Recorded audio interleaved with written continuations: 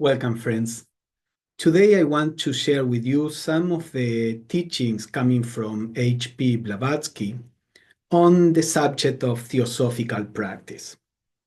Those who are familiar with her teachings may know that she delved into metaphysical subjects, into questions of the genesis of the cosmos and humanity, and these teachings are fascinating.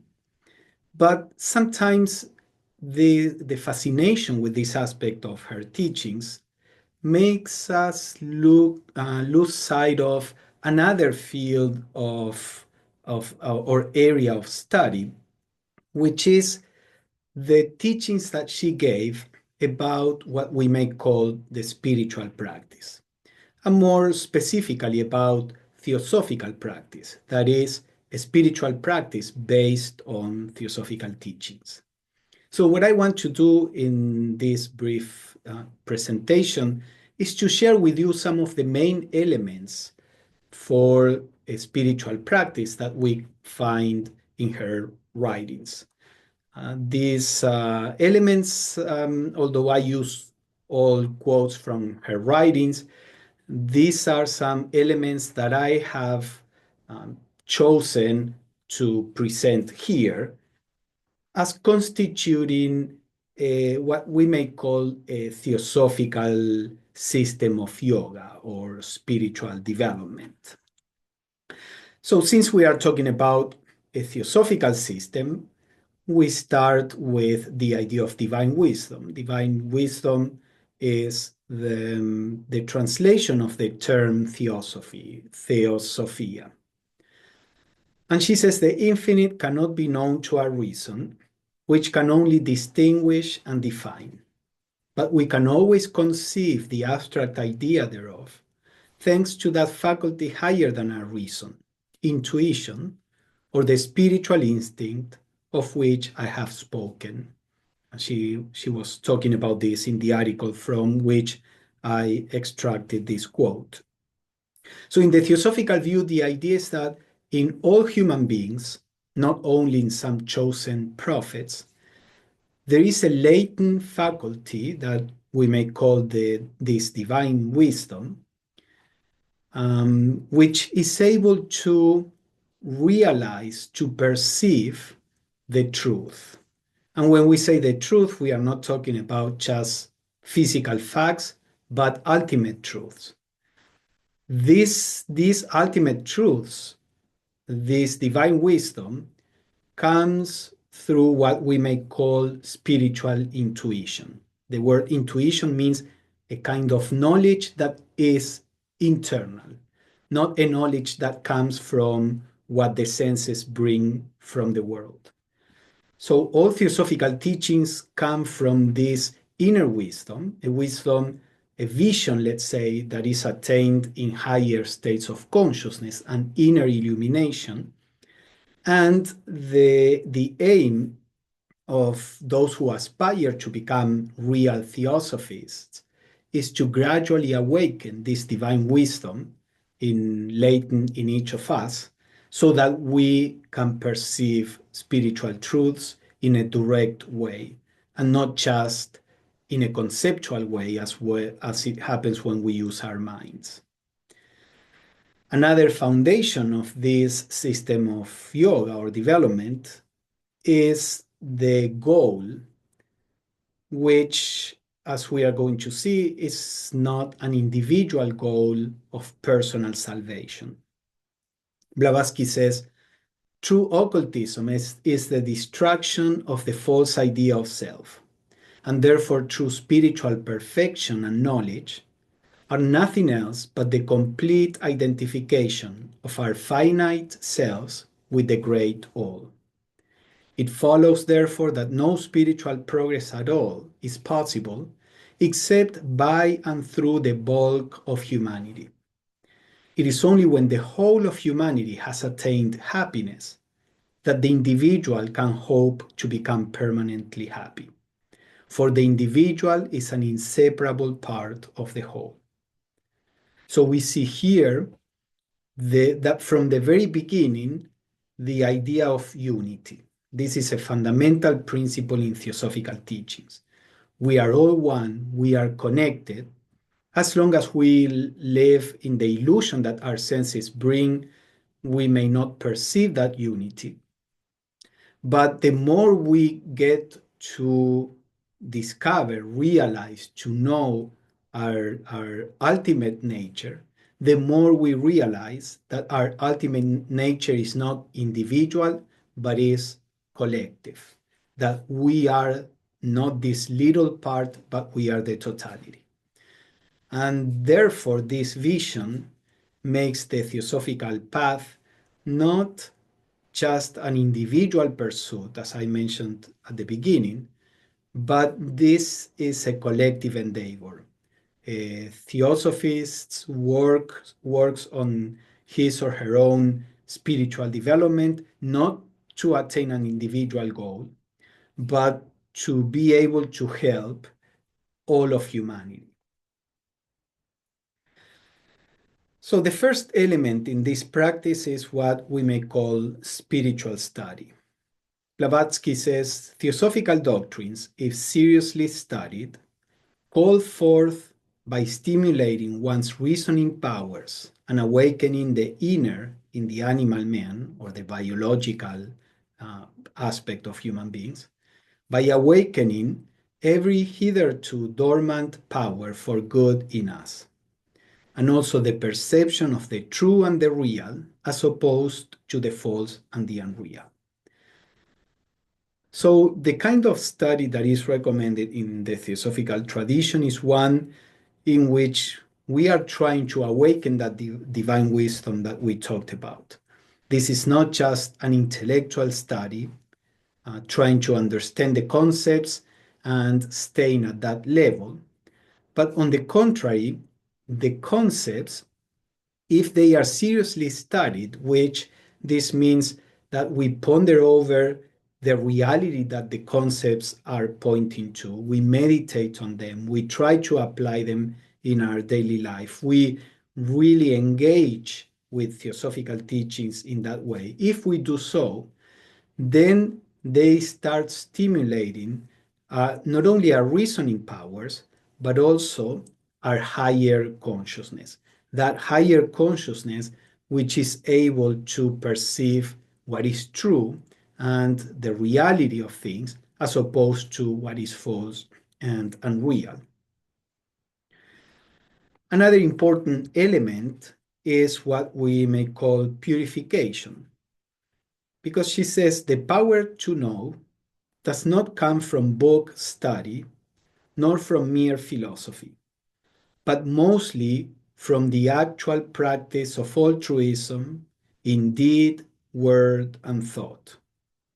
For that practice purifies the covers of the soul and permits that light to shine down into the brain mind. As the brain mind is the receiver in the waking state, it has to be purified from sense perception. And the truest way to do this is by combining philosophy with the highest outward and inward virtue. So you see, all these concepts are connected. We are talking about that in order to perceive reality, we need to awaken this divine wisdom, this spiritual intuition that brings a perception of what is true. And the spiritual study of theosophical literature can help us awake this aspect of consciousness. But something more is needed, because there is a cover, Blavatsky says here, between that higher nature and the brain mind, meaning the mind that operates through our brain, through our physical brain. That cover is a kind of veil that is created by the knowledge that we acquire through the senses. Because our senses tell us that we are separate from everybody else, that we are mortal, that we have needs, and therefore there is competition, that we have lacks, and therefore there is desire. And as long as we think that that is what we are, as long as we experience ourselves and the world from that perspective, there will be conflict and there will be ignorance from a spiritual point of view. But if we can remove those false ideas and access this higher perception that is in our higher nature, then we discover the reality that we are eternal, that we are complete, that we are connected. And that perception, that realization, solves all the problems, all problems of selfishness and conflict and fears and desires, etc. So Blavatsky says, how do we remove that veil, that cover, by a virtuous living, living with virtue? Because it is by, and combining it also with philosophy, she says. That's why there is a large body of theosophical teachings. When we combine an understanding that comes from a spiritual point of view, we combine that with a virtuous living, then we purify our thoughts, our emotions, our body, so that we can receive that divine wisdom that we are in the process of awakening. So in this practice, the development of what today we call awareness, this concept of awareness is rather new or in popular spirituality, but as a practice is not new, of course. And so this aspect of living in a state of awareness is an important element in the theosophical system of yoga. So Blavatsky was talking about a student finding a true teacher and trying to get the teacher to lead him in this spiritual journey. And she says the student may imagine that the teacher is going to start talking about all these higher truths, but that's not what a student that is on this path will find. And she says, the student finds that all his attention and watchfulness are required on the outer plane, the external world. He must never forget himself, never lose hold over his body, his mind, his brain. So this practice of self-remembering, remembering oneself in the sense of this self-awareness. She continues, he must even learn to control the expression of every feature, to check the action of each muscle, to be the master of every slightest involuntary movement.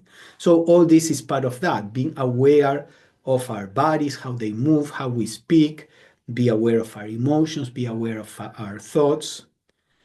Then she continues, instead of forgetting what are usually called the petty trifles, the things from daily life, instead of forgetting them, the little forgetfulness, the accidental slips of tongue or memory, instead of forgetting all that, he is forced to become each day more conscious of these lapses.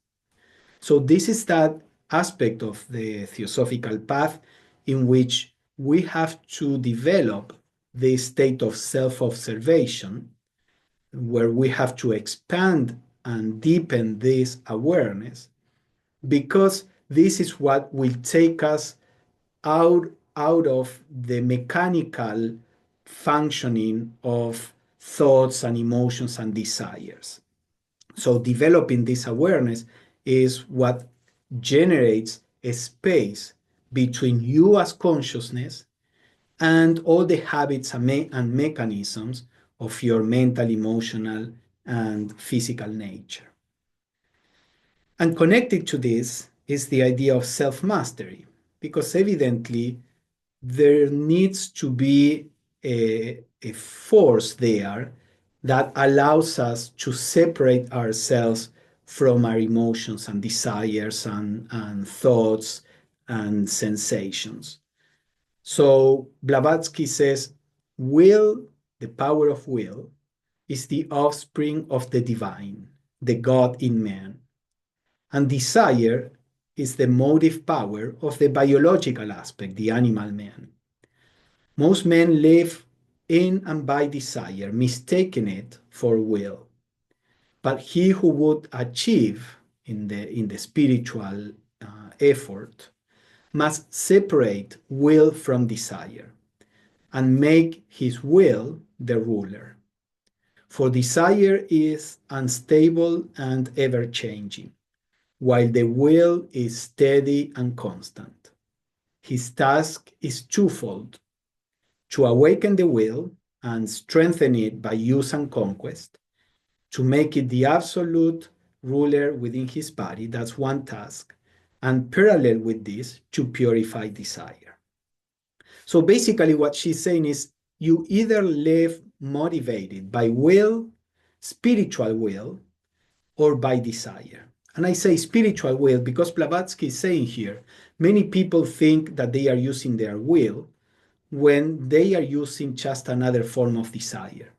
For example, you may show great willpower to get up and go out in the world and succeed in your business, for example. But that's another form of desire. The spiritual will that Blavatsky is talking about is steady and constant. It never changes. Desire is the one that changes, that is activated by external circumstances, and then it goes dormant until it is activated again. So there is within us a force that is steady and constant, and the problem is that it's dormant in most of us. So she says the first task is to awaken that will. When you start awakening that will, you see that this will is a force, a steady force that keeps you moving in the direction of the realization of your true nature, the realization of oneness, in spite of all the difficulties and desires and conflicts and fears that come and go. That is the will that we need to awaken in us and we need to connect to so that that will can rule our lives. This is not a will that works by conflict, by fighting. This is a will that comes from our higher nature. And one of the tasks that we have is to awaken that will, and the other is to purify desire. To the extent that we purify desire, we leave room for the expression of this spiritual will. And the last point, that of meditation. Blavatsky says, for instruction in practical occultism, it is necessary to have acquired the power of concentrating his mind and will, and it is to this end that the rule ordering the daily meditation for the aspirants was laid down. There is no other way of attaining the power of concentration, and without this power largely developed, no progress can be made in practical occultism, no beginning even of it being possible. We have seen the word occultism a couple of times when Blavatsky was writing occultism. It was the word used for the spiritual path, spiritual development. So here Blavatsky is talking about the importance of meditation decades before the concept of meditation came to the West, from Hindus and Buddhists, etc. And meditation is an important aspect, not the only one. We have seen several elements in the spiritual path. The Theosophical tradition is not a monastic tradition. As we saw in the early quotes, the idea in the Theosophical path is that we help others as we grow. Therefore, this path doesn't encourage people to leave the world to pursue their own liberation. So meditation is not the only practice, because that would isolate you from the world if we think of meditation as the sitting meditation. The development of awareness in daily life is like the moving aspect of meditation. But meditation as an exercise that you do, where you lose touch with the external world and you go in an inner journey of discovery, that is an important element, but not the only one. Otherwise, you would not be able to relate with the world. So these are briefly explained the main elements that I wanted to present to you of this Theosophical Yoga. I have written more extensively about this, explaining how to actually do these practices in this little pamphlet called, just like this talk, HP Blavatsky's Teachings on Theosophical Practice. Those who want to learn more, they can find this writing in fohatproductions.com, especially if you live in the US. If you live abroad, you will be able to find this pamphlet on Amazon. So this is what I wanted to share with you. Thank you for your attention, and I hope to see you soon. Bye-bye.